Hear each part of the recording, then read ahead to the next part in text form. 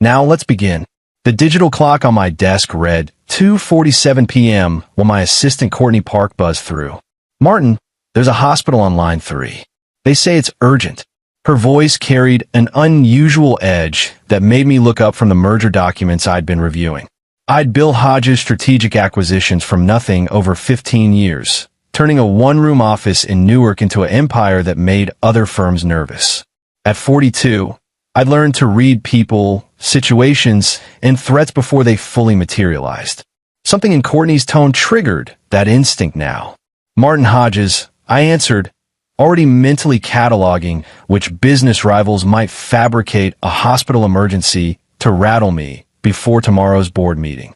Mr. Hodges, this is Nurse Patterson from St. Mary's Medical Center in Queens. The woman's voice was professionally calm but insistent. Your son was brought in following a serious car accident. He's stable, but he's asking for you. You need to come immediately. I set down my pen with deliberate precision. I think you have the wrong Martin Hodges. I don't have a son. I've never had children. A pause. Then, he specifically gave us your name and your office number, sir. He's 17 years old. He says you'll understand when you see him. Her voice dropped. Please just come. He's in room 304. He won't let us call anyone else. The line went dead before I could respond. I sat there for 30 seconds, mind racing through possibilities. A scam. A case of mistaken identity. Some elaborate setup by the Brennan Corporation, who I'd outmaneuvered last quarter. But something about the nurse's voice, the genuine confusion mixed with urgency, kept me from dismissing it entirely. Courtney. I emerged from my office. She looked up from her desk, concern evident in her sharp features. At 36, she'd been with me for 8 years, rising from junior analyst to partner. She knew my history better than anyone. Clear my afternoon. Something's come up. The Brennan meeting is at 4. Reschedule it. I grabbed my jacket. If this is what I think it might be, we have bigger problems than Brennan. Her eyes narrowed. What kind of problems? The kind that involved ghosts I thought I'd buried 18 years ago. The drive to Queens gave me time to think. Time to remember. Time to feel the old scars that successful people like me weren't supposed to have. 18 years ago, I was nobody. Martin Hodges, 24 years old, working 3 jobs and taking night classes, trying to claw my way out of the same poverty that had killed my parents. I was smart, ambitious, and desperate enough to take risks that made me useful to certain people. That's when I met Marcia Russell. She was different from anyone in my world. Old money, art history degree, trust fund that could have bought the building where I rented a room. She was slumming it in the city, playing at independence while her family's wealth insulated her from real consequences. We collided at a gallery opening I'd crashed a network, and for 6 months, we burned bright and hot. Her family hated me immediately. Her older brother Gustavo Brewer and her father Randall Brewer made their feelings crystal clear. I was street trash trying to social climb through their daughter. They weren't entirely wrong. I needed connections, opportunities, doors that Marcia could open. But somewhere in those 6 months, it became real for me. Real enough that when Marcia got scared of her family's reaction and broke things off, it hurt in ways I hadn't expected. Real enough that I spent weeks trying to reach her before her brother Gustavo had 2 men convince me to disappear from her life. I took the hint, took my broken ribs and black eyes, and channeled all that rage into building something they couldn't touch. I never saw Marcia Russell again. Or so I thought. St. Mary's Medical Center smelled like antiseptic and anxiety. I navigated the corridors with my phone pressed to my ear, listening to Hugo Dean, my attorney, confirm what I already suspected. Marcia Russell died 3 months ago. Cancer. I'm looking at the obituary now. Survived by her father Randall Brewer, brother Gustavo Brewer, and Jesus Martin. Survived by her son, Trevor Stanton, age 17. Stanton was her grandmother's maiden name, I said quietly, stopping outside room 304. Through the small window, I could see a figure in the bed, face turned away. Martin, if this kid is... I'll call you back. I ended the call and pushed open the door. The boy in the bed turned his head toward me, and the world tilted. It was like looking at a photograph of myself at 17. Same dark hair that refused to stay neat. Same sharp jawline. Same unusual hazel eyes that shifted between green and brown depending on the light. The resemblance was so striking that several nurses had glanced between us as I walked past their station. You came. His voice was rough, probably from the accident. His left arm was in a cast, and there were stitches above his right eyebrow. Wasn't sure you would. I stepped closer, studying him with the same analytical focus I used in boardrooms. Trevor Stanton, I presume. Guess my mom told you about me before she died? He watched me carefully, measuring my reaction. Your mother and I haven't spoken in 18 years. I found out about you approximately 10 minutes ago. I pulled a chair to his bedside, sitting with deliberate calm, even as my mind raced. Want to tell me what this is really about? Something flickered across his face. Surprise, maybe respect. You're smarter than Uncle Gustavo said you'd be. There it was. The confirmation I'd needed. And what did your Uncle Gustavo tell you about me? Trevor's expression hardened. That you're the reason my mom never had a real life. That you used her to try to get your hands on my grandfather's money. And when that didn't work, you left her pregnant and alone.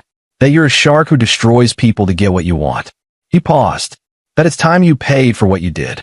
I absorbed this carefully constructed narrative, recognizing Gustavo's fingerprints all over it. And the accident. What accident? A thin smile crossed his face. Uncle Gustavo's contact at the hospital made the call. I'm just here with some makeup and props. He gestured to his injuries. Professional theatrical work, I now noticed. You were supposed to rush and all worried and emotional. Then the media Gustavo tipped off would catch you admitting on camera that you abandoned your son, ruin your reputation, tank your business deals, make you vulnerable. Let me guess. Then your uncle would graciously offer to buy my company at a fraction of its value, saving me from complete destruction. How did you? Because Gustavo Brewer hasn't had an original thought in his life. He's been trying to destroy me for years through various proxies. I leaned back, studying the boy. So what went wrong with his plan? Trevor looked away. I looked you up, read everything I could find, and I started wondering, if you were really the monster Uncle Gustavo described, why didn't you ever try to contact my mom? Why didn't you demand a DNA test when I was born? Why were there no lawsuits? No harassment? He met my eyes again. My mom kept a box hidden in her closet. Letters you wrote her that she never opened. 18 years worth. Every birthday, every Christmas. You never forgot. My chest tightened. I'd sent those letters to Marcia's old apartment for years before the building was demolished. Never knew what happened to them. She kept them.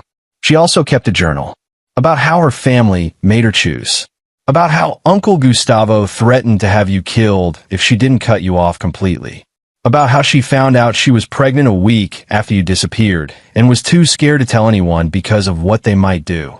His voice cracked. She wrote that she thought about finding you 1,000 times, but she was terrified of what Gustavo would do. The pieces fell into place with devastating clarity. Marcia hadn't abandoned me. She'd been protecting me. And in doing so, she protected our son from her family's reach.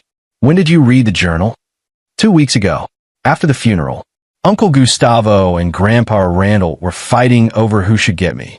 Neither of them actually wants me. They want control of the trust fund my mom left me. $12 million. Trevor's expression was bitter. That's when I realized they'd been lying to me my whole life. About you. About everything. So you decided to expose their plan by going through with it? I figured if I got you here, I could warn you. Tell you what they're planning. He straightened in the bed. But you already knew, didn't you? I suspected Gustavo was planning something. He's been quietly buying up shares in companies I do business with, positioning himself for a hostile takeover attempt. I stood, moving to the window. 2 men in a dark sedan were parked across the street, watching the hospital entrance. Gustavo's surveillance team. What I didn't know was that I had a son. Do you believe me? About my mom. I turned back to him. The hope in his eyes reminded me painfully of Marcia. DNA test will confirm biology. But yes, I believe you about your mother. Marcia was many things, but she wasn't cruel. And the Brewers are exactly the kind of people who would manipulate a grieving teenager. So what do we do? The question hung in the air between us. I could walk away, avoid the mess Gustavo was orchestrating, protect my business, my reputation, my carefully constructed life. It's what the old Martin would have done, the survivor who'd learned that attachment was a liability. But I'd spent 18 years sending letters to a woman who'd sacrificed everything to keep me alive. And now her son, our son, was sitting in a fake hospital bed, caught in a trap set by the same people who destroyed his mother's chance at happiness. I returned to the chair. First, we're going to get you out of this hospital before Gustavo realizes his plan is compromised. Second, we're going to run that DNA test, so there's no ambiguity. Third, I smiled, and it wasn't a nice expression. Third, we're going to let your uncle think his plan is working perfectly, right up until the moment we destroy him. Trevor's eyes widened. You have a plan already? I always have a plan. I pulled out my phone, texting Courtney a coded message. The question is whether you're prepared for what comes next. This won't be clean or easy. The Brewers will fight dirty. They might hurt people you care about. And once we start, we can't stop halfway. They killed my mom. The words came out flat, certain. The doctor said her cancer was aggressive, but treatable. But Uncle Gustavo convinced her to use some specialist he knew. After 3 months of his treatment, she was dead. Trevor's hands clenched. I can't prove it. Not yet. But I know. I studied him with new understanding.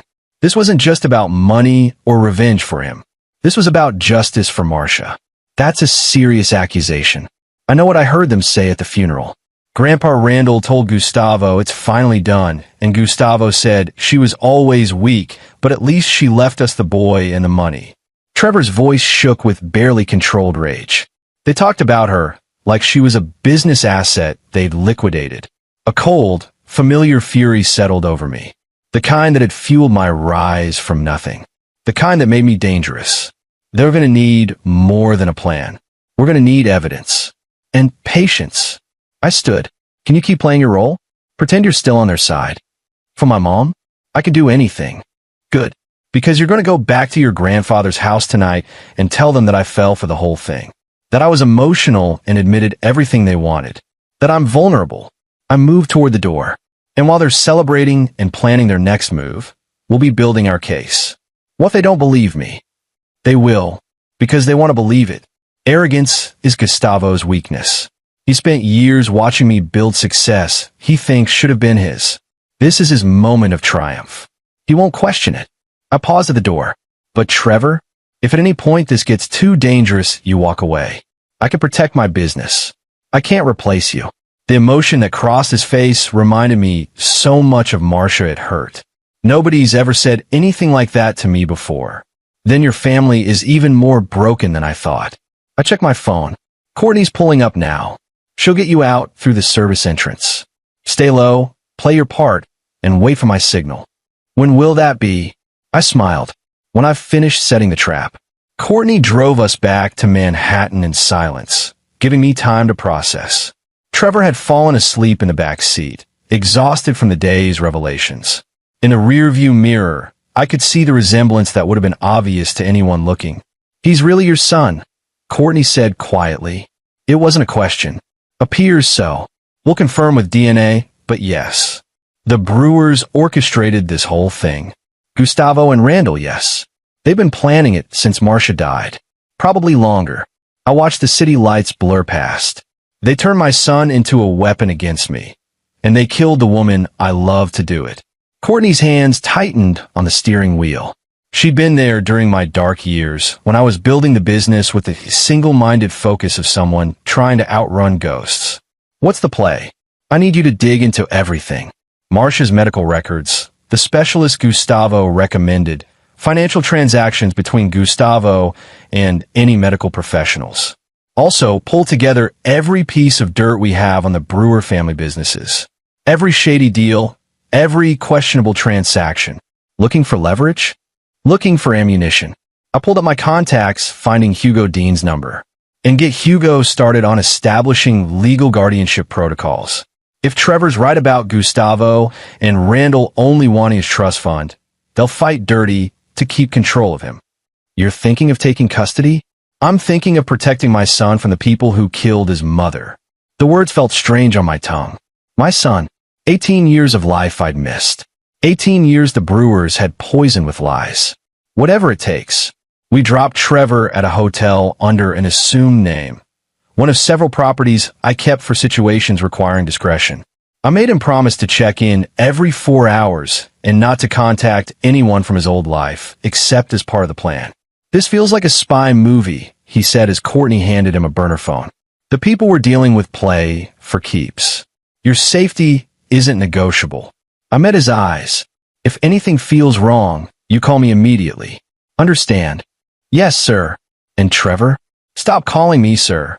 It makes me feel old. I managed to smile. We'll figure out the rest later. After he went inside, Courtney turned to me. You're going to war with the Brewers. They declared war the day they turned Marcia against me. I'm just finally in a position to fight back. I stared at the hotel entrance. And this time, I'm not the desperate kid they can intimidate. I'm the nightmare they created. My phone buzzed with a message from an unknown number. Saw you at St. Mary's. Look pretty shaken up. Hope everything's okay with your son. Gustavo. He'd taken the bait. Perfect. I typed back. We need to talk.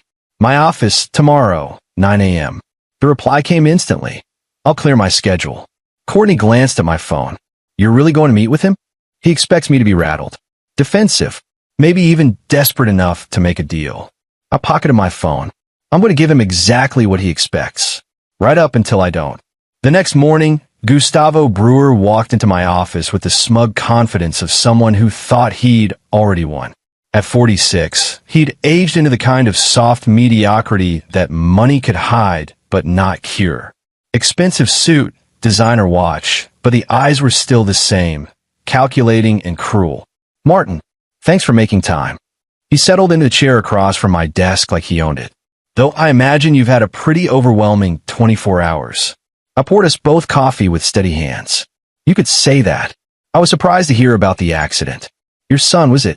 The false concern in his voice was almost artistic. I didn't realize you had children. Neither did I. I met his eyes directly. Until yesterday. He sipped his coffee. Unexpected paternity revelation. That must be challenging. His mother and I haven't spoken in 18 years. I had no idea. I let just enough emotion into my voice. Confusion, worry, carefully controlled vulnerability. The resemblance is unmistakable, though, and the timing matches. You'll want a DNA test, of course. Gustavo's expression was sympathetic, but I could see the calculations behind it. For everyone's protection. Already scheduled. I set down my cup. Gustavo, I need your help. The words clearly delighted him. My help. The boy's mother is dead. He's been living with family, but he needs stability, guidance. And I made a show of running my hand through my hair. I'm not equipped for this. I don't know anything about being a father. My business requires constant attention. The merger with Brennan is at a critical stage. The Brennan merger. Gustavo leaned forward slightly. I'd heard there might be complications. Board members getting nervous about my personal life becoming public knowledge. An illegitimate son showing up creates concerns about judgment and stability. I'd planted those board member concerns myself through carefully placed leaks. Some of them are suggesting I step back from active management. Temporary, of course, but timing couldn't be worse. Gustavo's eyes gleamed. What exactly are you asking for, Martin? Advice. You've been a family man for years. You understand how to balance personal and professional responsibilities. The lie tasted bitter, but necessary. I need to know how to handle this without destroying everything I've built. He pretended to consider. Well, first, you need to establish whether the boy is actually yours. If the DNA confirms it, you'll need to make some difficult decisions about custody, financial obligations. He paused. Have you met him? The boy, briefly. At the hospital. He seemed, I chose my words carefully, angry, like he blames me for not being there. That's natural. Abandoned children often harbor resentment. Gustavo was warming to his role now. Perhaps it would be better for everyone if his current guardians maintained custody. You could provide financial support, of course, but avoid the complications of active parenting. His current guardians? I asked, as if I didn't know exactly who he meant. The mother's family. Presumably, if they've been raising him this long, uprooting him now might cause more harm than good. He spread his hands in a gesture of reasonableness. and it would leave you free to focus on your business, which, frankly, might need your full attention in the coming months. There it was, the beginning of his play. Make me feel inadequate as a father, keep Trevor under their control, and position himself to attack my business while I was distracted. You might be right, I said slowly. The last thing I want is to damage his life further. Or mine. Exactly. Gustavo stood, adjusting his cufflinks. Look, Martin, I know we haven't always seen eye to eye, but I respect what you've built here. If you need a sounding board, someone who understands the kind of pressures you're under, my door's always open. I stood as well, extending my hand. I appreciate that, Gustavo. More than you know. His handshake was firm, triumphant. He thought he had me exactly where he wanted me. He had no idea that while we'd been talking, Courtney had been in the next room, recording every word through the microphone I'd activated on my desk phone. Or that Hugo was already filing preliminary guardianship papers that would tie up Trevor's custody in legal proceedings before Gustavo realized what was happening. But most importantly, he didn't know that I'd spent the last 12 hours learning everything there was to know about Dr. Andre Garcia, the specialist who'd treated Marcia's cancer. The doctor who'd prescribed an aggressive treatment protocol that contradicted every standard oncology practice. The doctor who'd received a series of substantial payments from a shell corporation owned by Gustavo Brewer. After Gustavo left, Courtney emerged from the conference room. He practically admitted he's planning to go after your business. He's overconfident, thinks I'm too emotionally compromised to see clearly. I pulled up the research files on my computer. Did Hugo confirm the guardianship filing? Submitted an hour ago. Gustavo will be notified this afternoon that you're seeking full custody of Trevor pending DNA results. He'll think you're just being emotional and impulsive. Perfect. Let him think that. I studied the photograph of Dr. Garcia on the screen. Now we need to prove that this doctor was paid to kill Marcia. Once we have that, everything else falls into place. That's going to be difficult. Medical malpractice is hard to prove, and murder even harder. Which is why we're not going through official channels. Not yet. I picked up my phone. I know someone who specializes in finding things people want to keep hidden. Diane Bishop answered on the second ring. Martin Hodges. It's been 5 years? 6. Since the Wellington case. Diane was a forensic accountant with a very particular set of skills. The kind that operated in the gray areas between legal investigation and outright corporate espionage. I need your help with something sensitive. How sensitive? Potential murder disguised as medical malpractice. Payments through shell corporations. A doctor who needs to be connected to a crime without triggering any official investigations that might tip off the people involved. A pause. This is personal for you. Very. Then my rates just doubled. And I want full immunity if this goes sideways. Done. I sent her the initial files. How long? For what you're describing. 3 weeks minimum. Maybe 4. You have 2 weeks. After that, the window closes. Jesus, Martin. What happened to you? I found out I have a son, and that the people who've been controlling his life murdered his mother. My voice was cold, controlled. I'm gonna make them pay for that. The only question is how much evidence we have when I do. I'll call you in 48 hours with a preliminary report. She hung up. Courtney watched me carefully.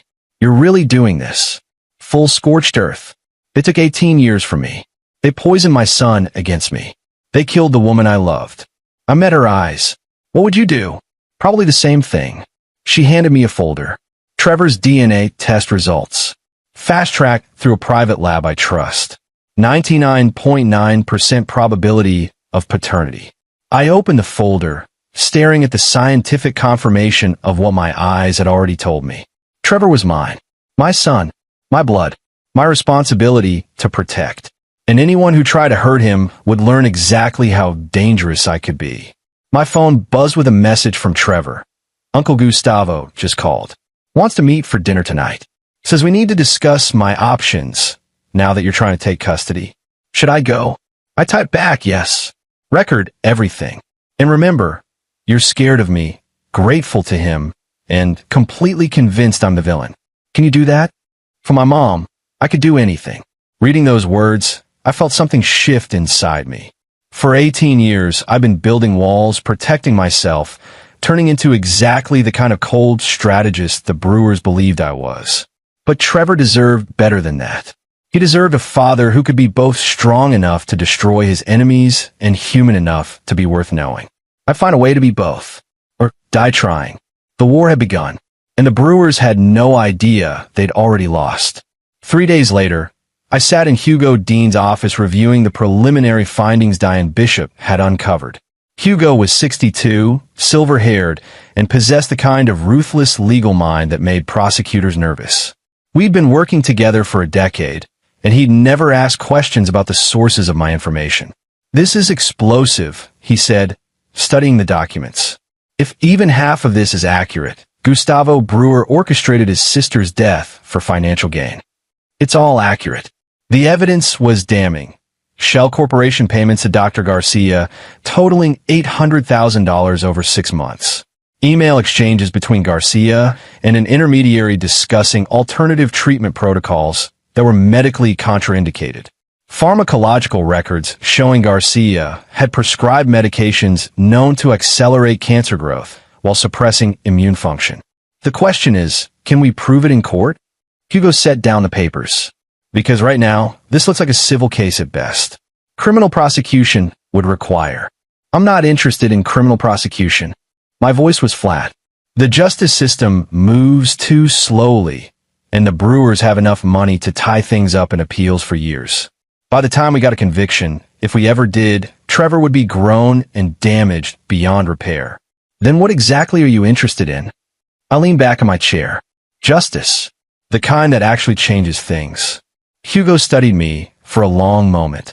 I can't be part of anything illegal, Martin. You know that. I'm not asking you to be. I'm asking you to handle Trevor's custody case, manage the legal elements of transferring his trust fund, and ensure that when this is over, everything I've done stands up in court. I met his eyes. What happens to the Brewers is a separate matter. Martin, Marcia Russell died in agony because her brother wanted control of her son's inheritance. Trevor spent 17 years believing his father abandoned him because it served Gustavo's narrative. These people have been poisoning my son's life since before he was born. I stood, gathering the files. I'm not letting them get away with that. But I'm not asking you to compromise your ethics. Hugo sighed. What's the play? Trevor records his dinner conversations with Gustavo and Randall. They're already revealing themselves, talking about managing his trust fund, making decisions about his future without his input. Combined with evidence of how they manipulated and control Marcia, we establish a pattern of financial abuse. That gets us custody, maybe, but not justice. Custody is phase 1. Justice comes after. I pulled out my phone, showing him a series of photographs. Gustavo's been using Brewer Capital to fund several projects that aren't exactly above board. Real estate developments with falsified environmental reports. Investment funds that look suspiciously like Ponzi schemes. He's been sloppy, arrogant, certain that his family name protects him. You're going to expose him. I'm going to dismantle him. Piece by piece. Every shady deal, every bribed official, every corner he cut. By the time I'm done, Gustavo Brewer won't have a business, a reputation, or the resources to hurt anyone ever again. I pocketed my phone, and then I'm going after Dr. Garcia. If we can't put him in prison, we can make sure he never practices medicine again. Hugo was quiet for a moment. And Randall? Randall enabled everything Gustavo did. Protected him. Turned his daughter into a pawn and his grandson into a weapon. My expression hardened. He'll watch his son's empire collapse, and he'll know exactly why. That's his punishment, living with the knowledge that his greed destroyed his family's legacy. You've changed, Martin. The man I knew 10 years ago wouldn't have been this ruthless. The man you knew 10 years ago didn't have a son to protect. I moved toward the door, or a death to avenge. That evening, I met Trevor at the hotel. He looked exhausted, the strain of playing double agent wearing on him. I ordered room service and let him decompress before asking about the dinner with Gustavo. He's planning something big, Trevor said, picking at his food. Kept talking about how we'd be set for life once he finalized some business deals. Said you were trying to take what wasn't yours, and that the courts would see through your sudden interest in being a father. Did he mention specifics about these business deals? Something about acquiring companies that were vulnerable due to management instability. Trevor met my eyes. He means your company, doesn't he? He's going to try to take Hodges strategic. He's going to try. He won't succeed. I pulled out a tablet, showing him organizational charts. While Gustavo's been focused on his hostile takeover attempt, I've been quietly restructuring ownership. Key shareholders are now people whose loyalty can't be bought. The board members who were concerned about my personal life, removed and replaced with allies. You planned all this before you even knew I existed. I've been planning for Gustavo's eventual move for 3 years. Your arrival simply accelerated the timeline. I set down the tablet.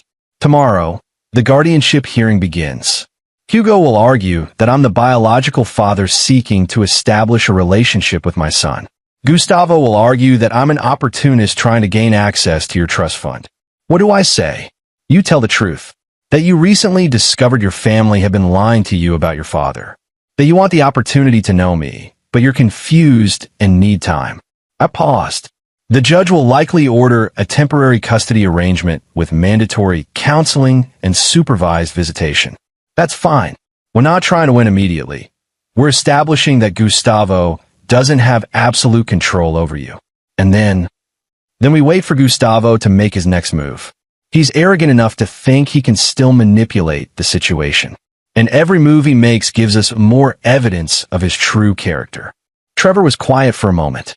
Do you really want custody? Or is this just about beating Gustavo? The question was fair, deserved an honest answer. When I walked into that hospital room and saw you for the first time, my initial thought was tactical. How to control the situation, minimize damage, protect my interests. I met his eyes, but then you told me about the letters, about Marcia's journal, about what they did to her, and I realized I'd lost 18 years with my son because of these people. That doesn't answer my question. You're right. It doesn't. I set down my coffee. Trevor, I don't know how to be a father. I had terrible parents who died when I was young, and I've spent my adult life building walls to protect myself. I'm better at destroying enemies than building relationships. But I paused, making sure he understood. But you're my son, and I want the chance to know you, to be in your life, if you'll let me. Not because it serves some tactical purpose, but because you deserve a father who gives a damn about you. His eyes glistened. Uncle Gustavo said you only care about money and power. Gustavo doesn't know me at all. He knows the person I had to become to survive the world he and his father created. I stood, moving to the window. But you should know something, Trevor. The plan I'm executing against the Brewers, it's dark. It's ruthless. And by the time it's over, people's lives will be destroyed. If you want to walk away from all of this, I understand. You've been through enough. Are you kidding? He laughed, though there was no humor in it. They killed my mom. They've been using me like a chess piece my entire life. I want to watch them burn. This isn't a movie. Real revenge is ugly. It destroys the people you care about along with your enemies. My mom was the only person I cared about, and she's gone. Trevor's voice hardened. Everyone else in my life was just pretending. Using me. I want to help you take them down. I studied him carefully. Saw the rage and pain that mirrored my own at his age. Saw the dangerous path he was walking. Then I need you to promise me something. When this is over, when the Brewers have paid for what they did, you don't let the revenge define you. You don't become like me. What if I want to be like you? You don't. Trust me. I return to my chair. But for now, we work together. You keep recording their conversations, gathering evidence. I'll handle the rest. What are you going to do? I smiled, and it wasn't a pleasant expression. I'm going to introduce Gustavo Brewer to the concept of mutually assured destruction. And then I'm going to teach him that some people are willing to destroy themselves if it means taking their enemies down with them. Trevor grinned, and for the first time, I saw something of myself in him beyond physical resemblance. When do we start? We already have. Gustavo just doesn't know he's losing yet. The guardianship hearing was held in a private conference room rather than open court, a small mercy that kept media attention minimal. Gustavo arrived with Randall and an expensive legal team, their confidence palpable. Judge Martinez was 58, unimpressed by wealth, and notoriously difficult to manipulate. Hugo had chosen her carefully. Mr. Hodges, She reviewed the paperwork. You're claiming paternity of a 17-year-old boy you've never met? Correct, Your Honor. DNA testing confirms 99.9% probability that Trevor Stanton is my biological son. I was unaware of his existence until 4 days ago. And Mr. Brewer, you're opposing this claim? Gustavo's attorney, a shark named Lonnie Blair, stood. We're not contesting paternity, Your Honor. Mr. Hodges may well be Trevor's biological father. However, biology doesn't equal fitness for custody. Mr. Hodges has never been part of this child's life. He has no parenting experience, no established relationship, and his business interests require extensive travel and long hours. Trevor has been living with his grandfather, Randall Brewer, in a stable, supportive environment. Your Honor, Hugo interjected, Mr. Hodges only recently learned of his son's existence because the Brewer family deliberately kept this information from him. Trevor's mother, Marcia Russell, was prevented from contacting Mr. Hodges by family pressure. The stable environment Mr. Blair describes is one where Trevor was actively turned against his biological father through misinformation and manipulation. Judge Martinez turned to Trevor. Mr. Stanton, do you have an opinion on this matter? Trevor stood, and I was impressed by his composure. Your Honor, until a week ago, I believe my father had abandoned my mother and wanted nothing to do with me. That's what my uncle and grandfather told me. But I recently found evidence that contradicted that story. I don't know Mr. Hodges well enough to have a strong opinion, but I'd like the opportunity to get to know him. And your current living situation with your grandfather? It's complicated. Trevor chose his words carefully. My grandfather means well, but there are things about how my mother's medical treatment was handled that concern me. I'd appreciate the court's guidance on what's best. Perfect. Not an accusation. Just enough doubt to make the judge suspicious.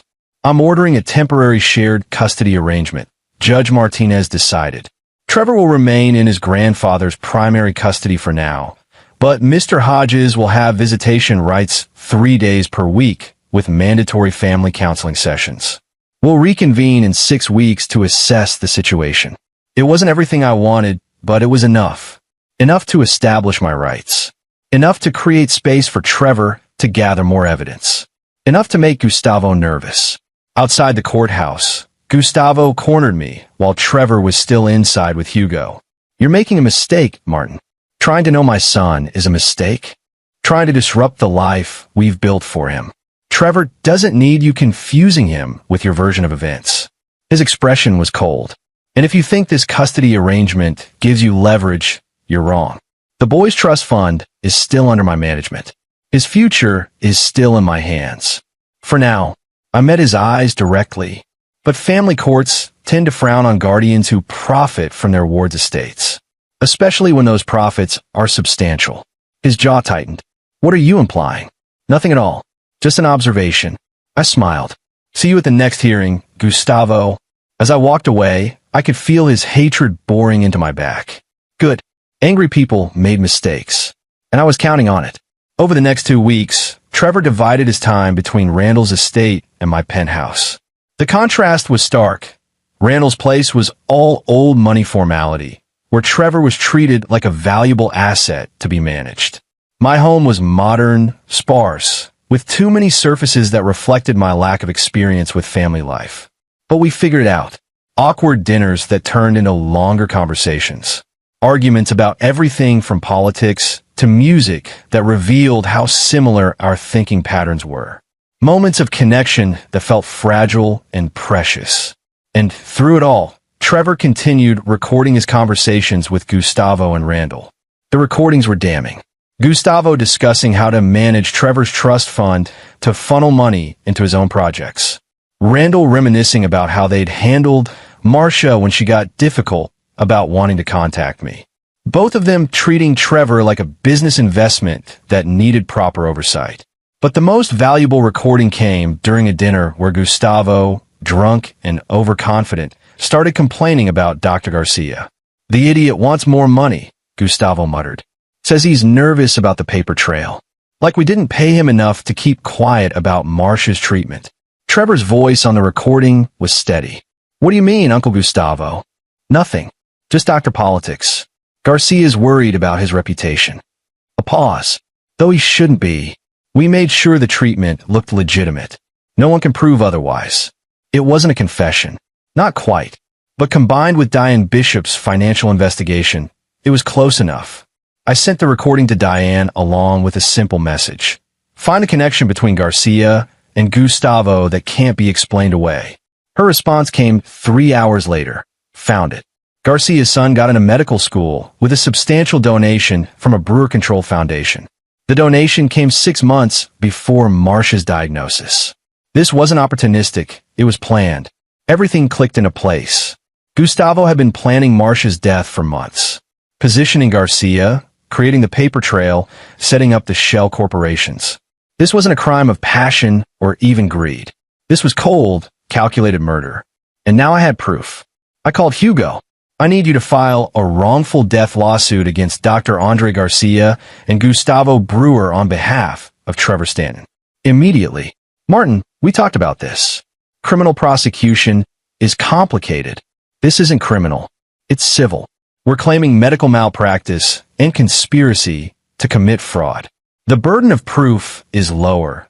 Discovery will force them to reveal their communications, and it puts pressure on Garcia to flip on Gustavo before Gustavo throws him under the bus. I pace my office.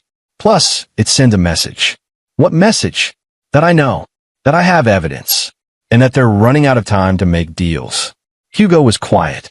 This could backfire spectacularly, or it could be exactly the pressure point we need. Garcia's a coward. He took money to kill a woman because he needed funding for his son's education. He's not loyal to Gustavo. He's scared of him. Give him an out, a way to save himself, and he'll take it. And if he doesn't, then we go to plan B, which is, I smiled, making sure everyone knows what Gustavo did, whether we can prove it in court or not. Sometimes destroying someone's reputation is more effective than sending them to prison. The lawsuit was filed the next morning. By afternoon, the media had picked up the story. Teenage heir sues uncle and doctor. Alleges mother's death was orchestrated. My phone exploded with calls. Board members, business partners, media outlets. But the only call I answered was from Gustavo. You've made a serious mistake, he snarled. Filing baseless lawsuits, making wild accusations. This is going to destroy you. Is it baseless? I kept my voice level. Because I have financial records showing you paid Dr. Garcia nearly $1 million through shell companies. I have emails discussing alternative treatments that were medically contraindicated. I have recordings of you admitting Garcia was nervous about the paper trail. Silence. You killed your own sister for money, Gustavo. And I'm going to make sure everyone knows it. You have nothing that will hold up in court. Nothing that proves. I don't need to prove it in court. I just need to prove it in public opinion. By the time this lawsuit is done, every media outlet will have covered the allegations. Every business associate will have read about the suspicious payments. Every medical board will have reviewed Garcia's treatment protocols. I paused. Your reputation will be destroyed. Your business will collapse. And Trevor's trust fund will be transferred to my control, where you can never touch it again. I'll fight this. I'll bury you in legal fees. You'll do what you always do. You'll threaten and bluster and try to intimidate people into submission. But it won't work this time, because I'm not the scared kid you ran off 18 years ago. I'm the man who built an empire from nothing, and I'm highly motivated. I hung up before he could respond. Courtney appeared in my doorway. Gustavo's company stock just dropped 12%. Media speculation about the lawsuit is causing investors to panic. Good, let them panic. The more unstable Brewer Capital looks, the easier it is to dismantle. I pulled up market data on my screen. Start buying their debt, quietly, through multiple intermediaries. By the time Gustavo realizes what's happening, we'll own enough of his company to force a restructuring. That's aggressive even for you. They killed Marcia. They spent 18 years poisoning my son against me. They turned a teenager into a weapon. I met her eyes. Aggressive doesn't begin to cover what I'm planning. The next phase of the plan required patience. We let the lawsuit grind through discovery, forcing both Gustavo and Dr. Garcia to produce records that further incriminated them. The media coverage was relentless. Every new revelation making headlines. Dr. Garcia cracked first. His attorney reached out to Hugo with a settlement offer. Garcia would testify about Gustavo's involvement in exchange for immunity from criminal prosecution and a reduced financial judgment. We met in Hugo's office. Myself, Hugo, Garcia's attorney Marco Ingram, and a very nervous Dr. Andre Garcia. My client is willing to provide detailed testimony about his interactions with Gustavo Brewer, Ingram began, in exchange for full immunity and a confidential settlement. No, I didn't hesitate. Your client murdered a woman in exchange for money. There's no immunity. There's no confidential settlement. Garcia's hand shook. I didn't murder anyone. I provided treatment that was specifically designed to accelerate her cancer and weaken her immune system. That contradicted every standard oncology protocol. That killed her in agony while her family watched. I leaned forward. You're a doctor, Garcia. You took an oath. And you violated that oath for $800,000 and a donation to your son's medical school. She wasn't supposed to suffer. But she did. Hugo's voice was ice. And her 17-year-old son watched her die, believing he was watching cancer take his mother, when he was really watching murder. I can give you Gustavo. Garcia was panicking now. I have recordings. Emails. He planned the whole thing. The shell companies, the payment structure, even the specific medications to use. It was all him. I exchanged a look with Hugo. This was better than we'd hoped. Full testimony, I said. Every detail. Every communication. Every instruction Gustavo gave you. In exchange, we'll recommend reduced charges and keep your name out of the headlines where possible. But you will lose your medical license. You will admit wrongdoing publicly. And you will live with what you did. Garcia looked at his attorney, who nodded reluctantly. It's the best deal you're going to get. Fine. Garcia's voice was broken. I'll tell you everything. And he did. Over the next 6 hours, Dr. Andre Garcia laid out the entire conspiracy. How Gustavo had approached him 18 months before Marcia's diagnosis, describing a hypothetical scenario about accelerating cancer in a patient who was going to die anyway. How the payments had started small, help with his son's tuition, and grown until Garcia was trapped. How Gustavo had specifically chosen an aggressive cancer treatment that would look legitimate, but was actually designed to destroy Marcia's body from the inside out.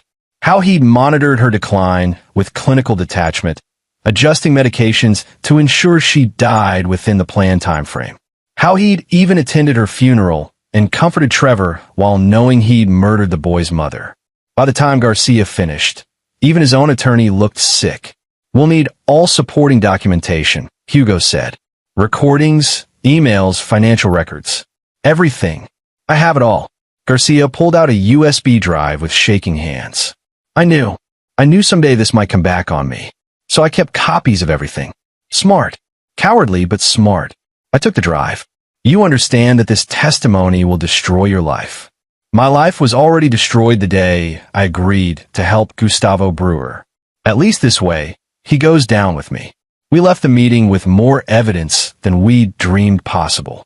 Gustavo had been so confident in his control over Garcia that he'd been careless, leaving a trail that connected directly to Marcia's death. We can take this to the DEA, Hugo said as we walked to my car. With Garcia's testimony and the documentary evidence, they might actually pursue criminal charges. Not yet. I got in the car, staring at the USB drive. First, we make sure Gustavo knows exactly what's coming for him. I want him to feel it, to understand that his entire world is about to collapse. Martin, this is evidence of murder. We have an ethical obligation. We have an obligation to Trevor, to make sure his mother's death is avenged properly. And that means doing this right. I started the engine. Trust me, Hugo. 1 more week. Then we hand everything to the authorities. But first, I had a message to deliver. I arranged to meet Gustavo at his office. Neutral territory where he'd feel confident. He arrived looking haggard, his usual swagger replaced by paranoid tension.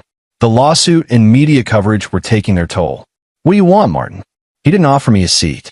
I set my briefcase on his desk. To give you a chance to do the right thing. The right thing. He laughed bitterly.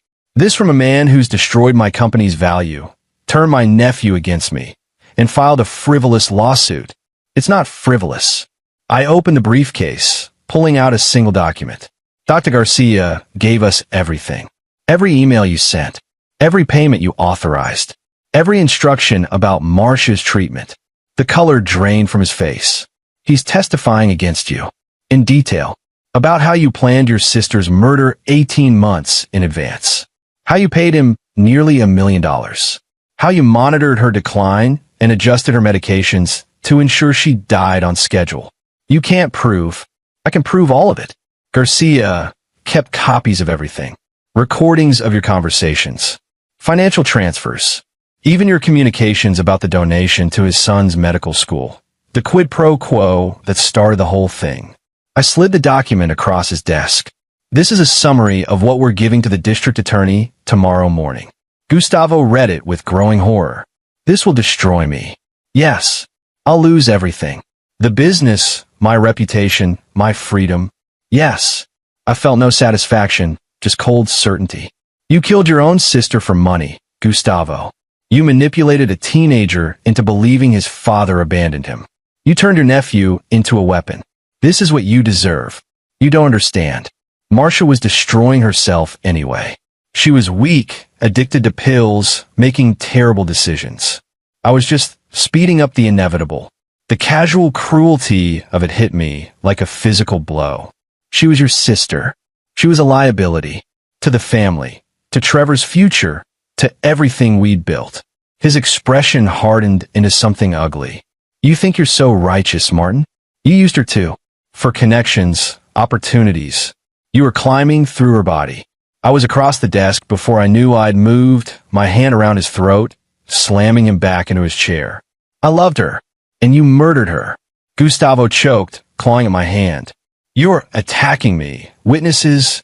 I released him, stepping back, shaking with rage I hadn't felt in years. There are no witnesses. Your secretary went home an hour ago. The security cameras are conveniently malfunctioning. And even if someone saw, I don't care. He rubbed his throat, eyes watering. You're just like me. Ruthless. Willing to destroy anyone who gets in your way. No, I'm nothing like you. Because everything I'm doing is to protect my son and avenge the woman I loved.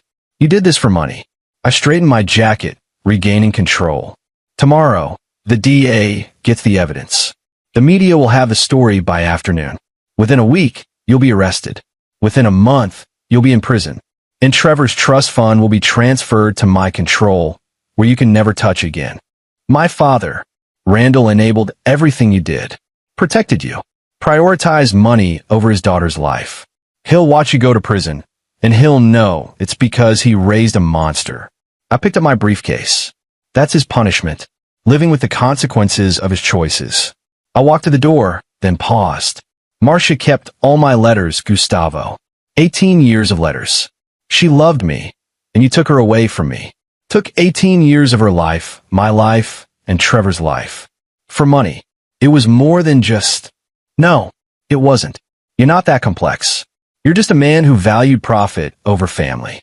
And now you're going to pay the price. I left him sitting in his ruined office, staring at the evidence of his own destruction. The next morning, Hugo delivered the complete case file to the district attorney. By afternoon, arrest warrants had been issued for both Gustavo Brewer and Dr. Andre Garcia on charges of conspiracy to commit murder, fraud, and medical malpractice resulting in death. The media coverage was explosive. Every news outlet ran variations of the same headline. Heir to fortune arrested in sister's murder. Medical conspiracy uncovered. I watched the perp walk with Trevor beside me. Both of us silent as Gustavo was led from his office in handcuffs, cameras flashing. His face was a mask of shock and disbelief. Even knowing it was coming, he hadn't truly believed he'd face consequences. My mom would have hated this, Trevor said quietly. The publicity, the scandal. Your mom would have hated what they did to her more. I put my hand on his shoulder. This isn't about revenge for its own sake. This is about making sure they can't hurt anyone else. Is it over? The criminal case is just beginning. But our part? Yes, it's over. I turned away from the screen. Now we focus on the future. Your future. What about Grandpa Randall? I've been thinking about that. Randall was legally clean. We had no evidence he'd been directly involved in Marcia's death, though his moral culpability was clear. The court will remove him as your guardian, given his son's arrest. The trust fund will be transferred to my control until you turn 18. Randall will have to live with knowing his greed destroyed his family. That's punishment enough. You're letting him go? I'm letting the consequences of his choices destroy him. Sometimes that's more effective than active revenge. I met Trevor's eyes. Besides, we have more important things to focus on, like figuring out how to be a family. Trevor managed a small smile. I don't even know what that means. Neither do I, but I figure we can learn together. The trial lasted 6 weeks. Dr. Garcia's testimony was devastating, and the physical evidence irrefutable. Gustavo's defense team tried every tactic, claiming Garcia was lying to save himself, arguing the treatment was medically sound, suggesting Marcia's death was natural, but nothing stuck. The jury deliberated for less than 4 hours before returning guilty verdicts on all counts. Gustavo Brewer was sentenced to 25 years to life. Dr. Andre Garcia received 15 years and the permanent revocation of his medical license. Both men were also hit with substantial financial judgments that would bankrupt their estates.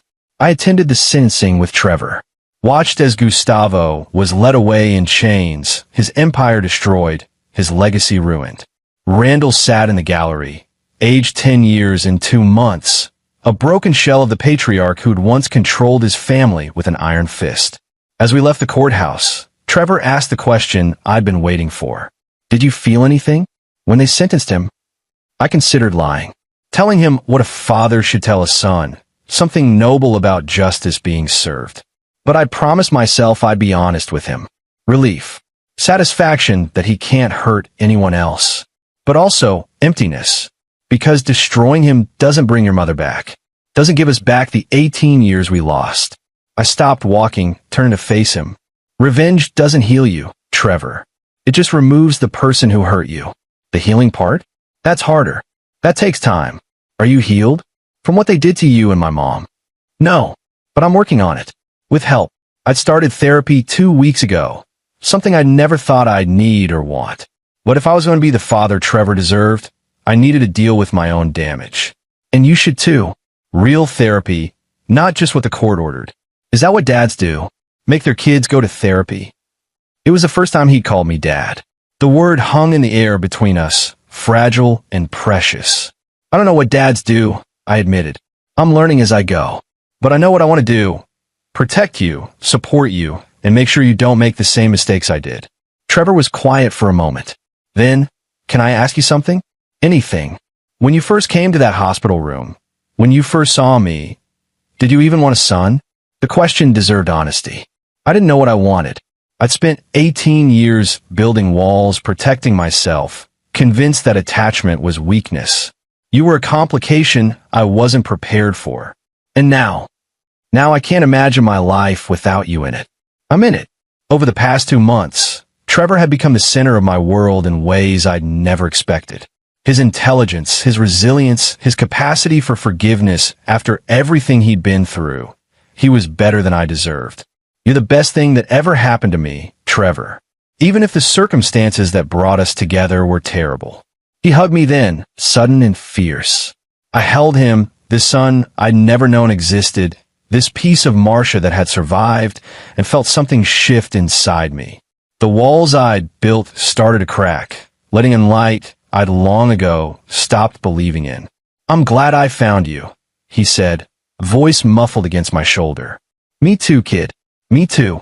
6 months later, I stood in my office reviewing the final paperwork that would transfer Trevor's trust fund fully into my control until his 18th birthday. The legal battles were over. Gustavo was in prison. Garcia had been disbarred and imprisoned. Randall had retreated to his estate, a ghost of his former self. Brewer Capital had collapsed, its assets sold off to pay legal judgments and debts. I purchased several of their better properties at auction, partly for business reasons and partly because the symbolism felt right, building something good from the ruins of their greed. Trevor was thriving. He'd enrolled in a private school where his intelligence finally had room to grow, joined the debate team, started talking about colleges. The angry, manipulated teenager I'd met in that hospital had transformed into someone confident, purposeful, and kind. We had dinner together 4 nights a week, argued about politics and history and whether the Mets would ever win another championship, went to Knicks games, and tried cooking elaborate recipes that usually ended in takeout. Built the kind of relationship I'd never thought I'd have. Courtney knocked on my door. "Trevor's here to see you." He walked in carrying a small box, his expression carefully neutral. "Found something I thought you should have." I opened the box. Inside were letters, hundreds of them. My letters to Marcia, spanning 18 years. The ones she'd kept hidden. The ones that had finally proven to Trevor that I'd never abandoned them. "I've read them all," Trevor said. "Some of them dozens of times. But they're not really mine. They're yours and Mom's." I pulled out one at random, recognizing my younger self's handwriting. "Dear Marcia, it's been 3 years since I last saw you. I still think about you every day. I hope wherever you are, you're happy. I hope you know I never stopped." I couldn't finish them, I admitted. Couldn't bring myself to write, "I never stopped loving you," because acknowledging it hurt too much. But you kept writing. Hope is a stubborn thing, even when it's pointless. I carefully returned the letter to the box. "What do you want me to do with these?" "I don't know, but they help me understand something." Trevor sat across from me. Uncle Gustavo always said love was a weakness, that it made people vulnerable and exploitable. But these letters, they're proof that love can also be strength. You loved my mom for 18 years without any expectation of reciprocation. That's not weak. It felt weak at the time, but it wasn't. It was the strongest thing you could have done. He leaned forward, and it's why I trust you now. Because someone who can love that completely, that stubbornly, even when it hurts, that's someone worth knowing. I looked at my son, our son, mine and Marcia's, and saw the future we'd been denied. Saw the man he was becoming. Saw the possibility of healing. "Your mother would be proud of you," I said. "Of the person you are. Of the choices you've made. She'd be proud of you too. For not letting Gustavo destroy you. For choosing to be a father, even when it was terrifying. For," his voice cracked slightly, "for avenging her. I didn't do it alone. You were brave enough to stand up to the people who'd controlled your whole life. To trust me when you had no reason to. That took more courage than anything I did. We make a good team." "Yes, we do." I stood, moving around the desk. "So what do we do now? Now that the war is over and we actually have to figure out how to be a normal family." Trevor grinned. "I don't think we're going to be normal. But maybe that's okay. Maybe it is." I pull him into a hug. "I love you, Trevor. I should have said it before, but I'm saying it now. I love you. I love you too, Dad." The word still felt new, still carried weight. But it was getting easier. Everything was getting easier. Because for the first time in 18 years, I wasn't alone. Wasn't building walls. Wasn't preparing for the next battle. I was just a father standing with his son, figuring out how to heal. And that was enough. The hospital where it had all begun held a different meaning now. I returned there a year after that first meeting, this time with Trevor, to speak to a young doctor who'd reached out about establishing a scholarship fund in Marcia's name. As we walked through the halls, I thought about how much had changed. How the scared, angry teenager who'd lain in that bed plotting with his uncle had become the confident young man beside me, already talking about pre-law programs and using his inheritance to help others. How the closed-off businessman who'd walked through these doors expecting a trap had learned to be a father, to let people in, to believe in more than just victory and survival. "Do you ever regret it?" Trevor asked as we waited for the elevator. "The way you went after Uncle Gustavo? The methods you used?" I consider the question carefully. I regret that it was necessary. I regret that your mother died before she could see who you became. I regret the 18 years we all lost. I paused. But do I regret making sure Gustavo paid for what he did? No. Some people need to be stopped. And sometimes the only way to stop them is to be willing to go as dark as they do. That's a complicated answer for a 17-year-old. You're not a normal 17-year-old. You've been through things that would break most adults. The elevator arrived, and we stepped in. But here's what I want you to remember. What I did to Gustavo was justice for your mother. It wasn't a template for how to live your life. You're better than I am, Trevor. Don't forget that. I'm not better. I'm just different. He smiled. Besides, I learned from the best how to be strategic, how to plan, how to see 10 steps ahead. Those skills are useful even if I'm not using them for revenge. Just promise me you'll use them for good. I promise. Though I reserve the right to be strategically ruthless with anyone who threatens our family. Our family. The phrase still warmed something in my chest. The scholarship fund was established within 6 months. The Marsha Russell Memorial Scholarship for students pursuing medical ethics education. A small way to create something positive from tragedy. To ensure that future doctors understood the weight of their oaths. Dr. Garcia's testimony during his trial had included a tearful admission that he'd never properly understood the ethical implications of what he was doing. The money had blinded him. That confession became the foundation for the scholarship's mission. Trevor threw himself into the project with the same intensity he applied to everything. Interviewed applicants, reviewed essays, ensured that Marsha's legacy would be more than just a cautionary tale. And slowly, gradually we built a life together. Not perfect, not without arguments and struggles and moments where neither of us knew what we were doing, but real, honest, built on a foundation of hard-won trust and shared loss and the stubborn belief that family was worth fighting for. Randall Brewer died 18 months after Gustavo's conviction. Heart attack, alone in his estate, surrounded by the wealth that had mattered more to him than his children. I took Trevor to the funeral, not to gloat, but to say goodbye to a man who'd been part of Marsha's life, however toxic that part had been. I should feel something, Trevor said, staring at the casket. But I don't. He was my grandfather, and I just feel empty. That's because he never gave you anything real to grieve for. He was a name, a presence, but never actually a grandfather. I put my hand on his shoulder. It's okay to not feel what you're supposed to feel. Grief doesn't follow rules.